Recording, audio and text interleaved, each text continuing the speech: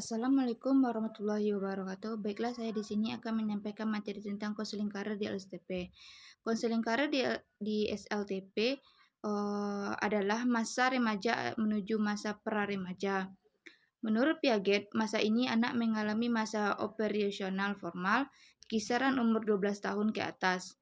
Pada masa ini, seorang anak diperoleh dan disusun secara simbolis dengan logis dan hipotetis atau deduktif. Berpikir dapat digunakan untuk menghasilkan semua kemungkinan situasi tertentu pada rencana mengembangkan kemampuan bakat dan minat. Kemampuan adalah daya untuk melakukan suatu tindakan sebagai hasil dari pembawaan dan latihan.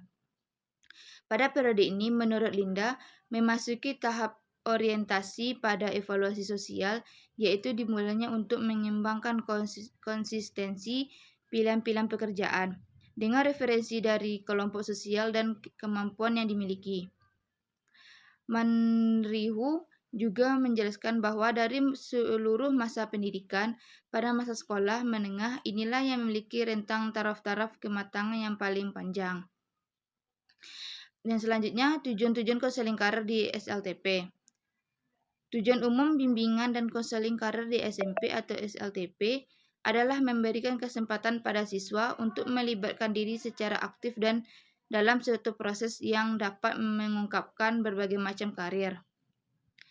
Melalui proses tersebut, diharapkan siswa menyadari dirinya, kemampuannya, dan hubungan antara keduanya. Dengan berbagai karir dalam masyarakat, ada tujuan khusus bimbingan dan konseling karir di SMP adalah: yang pertama, memahami lebih tepat tentang keadaan dan kemampuan diri para siswa.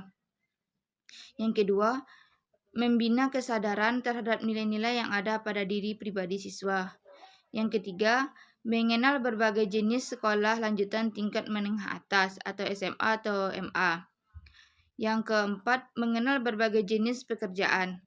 Yang kelima, memberikan penghargaan yang objektif dan sehat terhadap dunia kerja.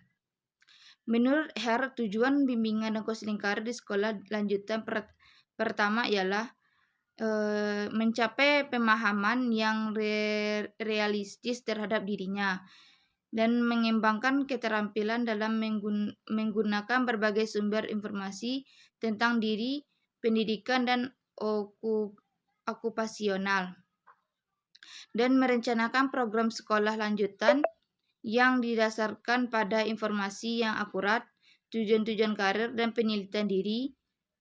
Menurut Prayitno, dalam SPP BKS LTP, materi pokok konseling karir di SLTP ini meliputi: yang pertama, pengenalan konsep diri berkenaan dengan bakat dan kecenderungan pilihan karir atau jabatan serta arah pengembangan karir. Yang kedua, pengenalan bimbingan karir khususnya berkenaan dengan pilihan pekerjaan. Yang ketiga, orientasi dan informasi jabatan dan usaha untuk memperoleh penghasilan. Yang keempat, pengenalan berbagai jenis lapangan pekerjaan yang dapat dimasuki tamatan SMP. Yang kelima, orientasi dan informasi pendidikan menengah sesuai dengan cita-cita melanjutkan pendidikan dan pengembangan karir. Selanjutnya, materi-materi bimbingan karir untuk siswa SLTP. Menurut Sciarra, menjelaskan bahwa komponen dan kompetensi yang akan diberikan pada siswa SLTP meliputi: yang pertama, identifikasi minat karir dan menghubungkan minat tersebut dalam merencanakan di masa depan.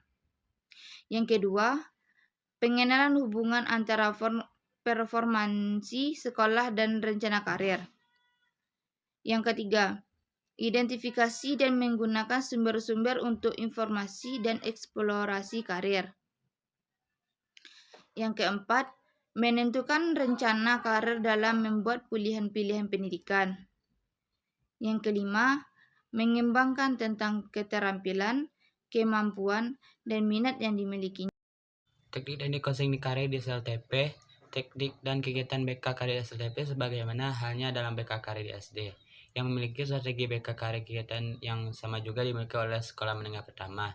Teknik tersebut dikelompokkan ke dalam 3 kelompok besar, yaitu yang pertama itu kurikulum infusion. Bagi siswa ke dalam kelompok kecil, kemudian dorong mereka untuk berkompetisi menyebutkan nama-nama pekerjaan yang menghasilkan barang atau jasa yang paling banyak. B. Dengan memberikan daftar kegiatan, hobi, olahraga, dan lain-lain. Seluruh siswa membedakan antara kegiatan mana yang membutuhkan keterampilan pribadi dan mana yang bukan. Yang C. Ajarkan siswa tentang kebiasaan belajar yang baik dan hubungkan dengan kebiasaan kerja yang baik. Yang D. Tugaskan siswa mencari iklan lowongan kerja di dalam koran untuk mengidentifikasi sebanyak mungkin. Yang dua adalah decision making and acquisition of career information. Rekap mewawancara simulasi antara konselor dan siswa yang terlibat dalam proses pengambilan keputusan atau beberapa aspeknya. Tugaskan siswa untuk menyimak dan mendiskusikan pandangan mereka terhadap apa yang tengah berlangsung. B. Melalui konseling individu dan kelompok, tugaskan siswa untuk mengembangkan kriteria yang digunakan dalam mengeksplorasi pekerjaan. Yang C. Ciptakan serangkaian poster yang menggambarkan wanita melakukan beragam pekerjaan dan pria dalam pekerjaan sebagai perawat, sekretaris, dan sejenisnya. Yang D. Tugaskan siswa menuliskan 10 pekerjaan yang memerlukan keterampilan sosialisasi, misalnya guru, salesperson. Yang ketiga, community involvement. Tugaskan siswa untuk merekam sebuah wawancara dengan seorang pekerjaan sudah menunjukkan eksistensi dalam 10 tahun. Terakhir, sebagai akibat dari berkembangnya teknologi ilmiah. Yang B. Tugaskan siswa untuk melibatkan diri dalam sebuah pekerjaan sukarela untuk pelayanan masyarakat di rumah sakit dan lain-lain. Diskusikan pengalaman mereka dalam menolong orang lain di kelas dan eksplorasi pekerjaan potensi terkait. Yang C. Konselor untuk pelayanan tenaga kerja setempat untuk bicara dengan siswa tentang pekerjaan yang tersedia bagi mereka dalam bermasyarakat. Yang D. Memberikan kesempatan untuk mengamati seorang individu yang berpengalaman dan seorang peserta pelatihan dalam suatu kelompok pekerja tertentu. Tugaskan siswa membanding sedikitnya tingkat kemampuan yang berbeda antara dua individu tersebut ketika mereka melakukan pekerjaannya. Teori karir yang relevan di SLTP. Teori pilihan jabatan menurut John L. Holland. Pada teori ini dikembangkan oleh John L. Holland menjelaskan bahwa suatu pemilihan pekerjaan atau jabatan merupakan hasil dari interaksi antara faktor hereditas atau keturunan dengan segala pengaruh budaya, teman bergaul, orang tua, orang yang dewasa yang dianggap memiliki peranan penting. Selain itu, John L. Holland juga merumuskan tipe-tipe golongan kepribadian dalam pemilihan pekerjaan berdasarkan atas inventory kepribadian yang disusun atas dasar minat ataupun modal orientasi dijabarkan oleh John Holland adalah yang pertama itu realistis. Tipe model ini memiliki kecenderungan untuk memilih lapangan pekerjaan yang berorientasi kepada penerapan. Yang kedua itu ada intelektual. Tipe model ini memiliki kecenderungan untuk memilih pekerjaan yang bersifat akademik. Sosial. B. Sosial. Tipe model ini memiliki kecenderungan untuk memilih lapangan pekerjaan yang bersifat membantu orang lain. Yang keempat ada artistik. Tipe model orientasi ini memiliki kecenderungan berhubungan dengan orang lain secara tidak langsung, bersifat sosial dan suka menyesuaikan diri. Yang kelima adalah konvensional. Tipe model ini pada umumnya memiliki kecenderungan untuk terhadap kegiatan verbal. Ia menyenangi bahasa yang tersusun, numerikal ataupun angka yang teratur, menghindari situasi yang kabur, senang mengabdi, mengidentifikasi diri dengan kekuasaan, memberi nilai yang tinggi terhadap status dan kenyataan materi, mencapai tujuan dengan mengadaptasikan dirinya ke ketergantungan pada atasan. Yang enam ada usaha. Tipe model ini memiliki ciri khas diantaranya menggunakan keterampilan berbicara dalam situasi di mana ada kesempatan untuk menguasai orang lain atau mempengaruhi orang lain, menganggap dirinya paling kuat, jantan, mudah untuk mengadakan adaptasi dengan orang lain, menyenangi tugas-tugas sosial yang kabur, yang perhatian yang besar pada kekuasaan, status kepemimpinan, agresif dalam kegiatan. Teori pilihan jabatan menurut Ginsberg, perkembangan dalam proses pilihan karir mencakup 3 tahap yang utama, yaitu fantasi, tentatif, dan realistik. 2 masa daripadanya yaitu tentatif dan realistik, masing-masing dibagi atas beberapa tahap.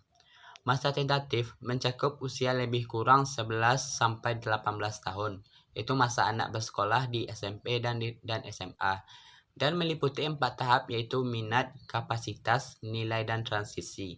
Masa realistis adalah masa usia anak yang mengikuti kuliah atau mulai bekerja. Masa ini pun bertahap, yaitu eksplorasi, kristalisasi, dan spesifikasi. Teori pilihan jabatan menurut Super. Menurut Super atau Supriano tahun 2000, salah satu faktor yang mempengaruhi kematangan karir individu yaitu konsep diri. Konsep diri adalah pandangan individu tentang diri dan lingkungan. Safikas dalam Super mendefinisikan konsep diri sebagai gambaran dan dalam peran tertentu, situasi atau posisi, melakukan beberapa set fungsi atau dalam beberapa hubungan. Konsep diri terbentuk melalui pengalaman dan pembelajaran interaktif ditambah kesadaran diri. Leaflet informasi. Karir leaflet informasi karir menurut Tyler dalam Munandir 1996 P1991, bahan informasi karir sebaiknya memiliki ciri akurat, bersifat kebaruan atau update. Keakuratan berkenaan dengan andalan atau dapat dipercaya. Informasi yang akurat tidak mengandung prasangka, bias, dan sumber informasi berasal dari sumber yang berwenang.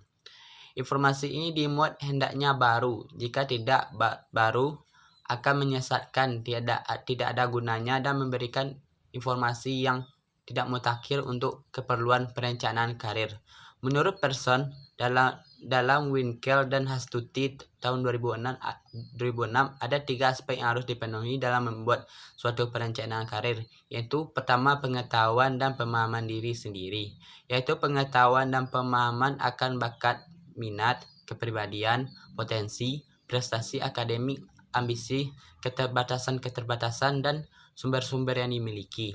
Yang kedua itu adalah pengetahuan dan pemahaman dunia kerja, yaitu pengetahuan akan syarat-syarat dan kondisi yang dibutuhkan untuk akses dalam rugian kompensasi ke suatu pekerjaan, keuntungan dan kesempatan dan prospek kerja di berbagai bidang dalam dunia kerja. Yang tiga adalah penalaran yang realistis akan hubungan pengetahuan dan pemahaman diri sendiri dengan pengetahuan dan pemahaman dunia kerja, yaitu kemampuan membuat suatu penalaran realistis dalam suatu perencanaan atau memilih bidang kerja dan atau pendidikan kelanjutan yang mempertimbangkan pengetahuan dan pemahaman. Itu pemahaman diri yang dimiliki dengan pengetahuan dan pemahaman dunia kerja yang tersedia. Yaitu ada survei ke lapangan. Survei lapangan atau survei lokasi adalah tahapan awal yang sangat penting dalam merencanakan suatu kegiatan perencanaan kerja, di mana dalam survei lokasi tersebut kita dapat mengetahui letak keadaan tanah dan keadaan lingkungan tersebut sehingga perencanaan dapat semaksimal mungkin. Untuk dapat merencanakan hal apa yang dapat kita kembangkan di daerah tersebut. Secara umum ada 7 tahap dalam melakukan survei, yaitu pertama, tentukan informasi apa yang ingin kita peroleh melalui survei. Yang kedua, tentukan responden yang menjadi sampel penelitian. Untuk tahap ini dapat mengingat kembali materi mengenai sampling design. Yang ketiga, ada susun pertanyaan, wawancara atau kuesioner. 4. Tentukan metode survei, apakah melalui telepon atau in-home. Yang kelima ada pengumpulan data di lapangan. Sebelum menjalankan survei, sebaiknya harus melakukan briefing dengan tim lapangan kita. Yang 6 adalah proses data yang sudah diperoleh.